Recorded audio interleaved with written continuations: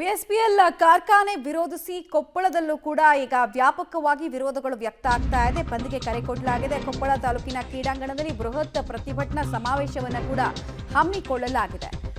ಪ್ರಮುಖವಾಗಿ ಕಂಪನಿಯಿಂದ ಆಗುವಂತಹ ಪರಿಸರದ ಹಾನಿ ಎಂಥದ್ದು ಅನ್ನೋದ್ರ ಬಗ್ಗೆ ವಿಡಿಯೋನೆಲ್ಲ ಅಲ್ಲಿ ಪ್ಲೇ ಮಾಡಲಾಗಿದೆಯಂತೆ. ವಿಡಿಯೋ ನೋಡಿ ಅಭಿನವ ಗವಿಸಿದ್ದೇಶ್ವರ ಸ್ವಾಮೀಜಿಗಳು ಕಣ್ಣೀರನ್ನ ಹಾಕಿದ್ದಾರೆ. ಸಂಸದರು, ಶಾಸಕರು, ಎಂಎಲ್ಸಿ ಸೇರಿ ಒಟ್ಟು 10,000 ಜನ ತಮ್ಮ ಪ್ರತಿರೋಧವನ್ನು ವ್ಯಕ್ತಪಡಿಸ್ತಾ ಇದ್ದಾರೆ. ಕಂಪನಿ ಸ್ಥಳಾಂತರ ಆಗೋ ತನಕ ನಮ್ಮ ಹೋರಾಟ ನಿಲ್ಲಲ್ಲ ಅನ್ನೋದು ಪ್ರತಿಭಟನಾಕಾರರ ಮಾತಾಗ್ತದೆ. ಪ್ರತಿಭಟನಾ ಸಭೆಯಲ್ಲಿ ಸಂಸದ ರಾಜಶೇಖರ್ ಹಿಟ್ನಾಳ್ ಅವರು ಕೂಡ ಹೇಳಿಕೆಯನ್ನು ಕೊಟ್ಟಿದ್ದಾರೆ. ಆಮೇಲೆ ಮೂರನೇ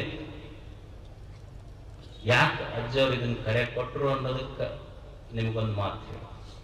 ಮೂರನೇ ಈಗ ಏನೇನೋ ಮಾತಾಡ್ತಿರ್ತೀವಿ.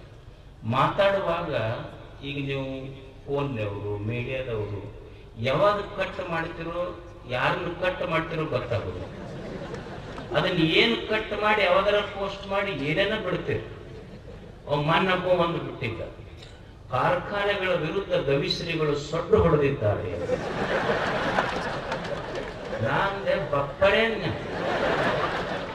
ಕಾರ್ಖಾನೆಗಳ ವಿರುದ್ಧ ಸೊಡ್ಡು ಹೊಡೆದಿದ್ದಾರೆ. ಕಾರ್ಖಾನೆಗೆ ಹೋಗಿ ದುಡ್ಡು ಹೊಡೆವ, ಅವ ಸೊಡ್ಡು ಹೊಡೆವ.